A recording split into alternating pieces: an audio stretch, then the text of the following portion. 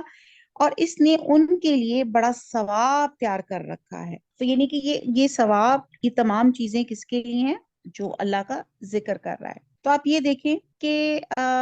یہ سلی جو ہم نے پڑھا ہے، اس کا صلہ اللہ اور اس کی نسبت اللہ تعالیٰ کی طرف ہے، تو اس کا معنی کہ اللہ کے بندے پر اپنی اللہ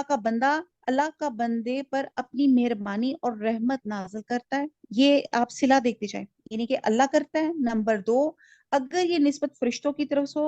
ہو تو دعائے رحمت کرنا ہو تو دعائے رحمت کرنا ہے، اور اگر بندے کی طرف سے ہو تو اس کے معنی دعائے رحمت ہیں، جیسے دعائے جنازہ ہے، اور نماز جنازہ میں بھی درود پڑھنا اور بھیجنا سمجھا جاتا ہے۔ اور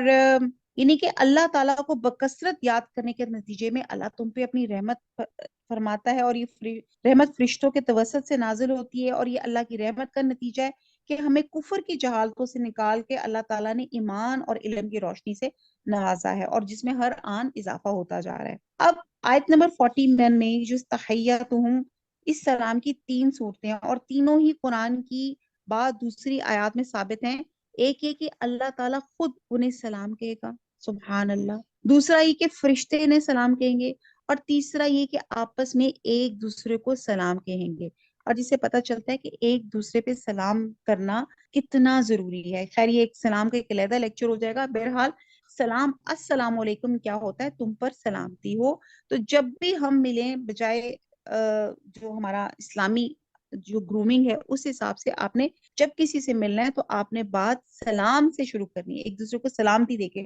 آپ نے بات شروع کرنی ہے۔ آیت نمبر 45، یا ایوہ النبی، اے نبی، انا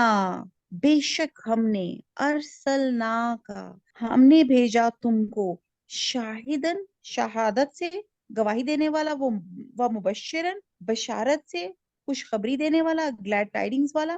وہ نذیرن اور ڈرانے والا۔ با محاورہ دیکھتے ہیں آیت نمبر 45، اے نبی ہم نے تم کو گواہی دینے والا اور خوشخبری سنانے والا اور ڈرانے والا بنا کر بھیجا۔ اب یہاں پہ 3 حضور صلی اللہ علیہ وسلم کی خصوصیات بیان کی گئی ہیں کہ اب نبی کی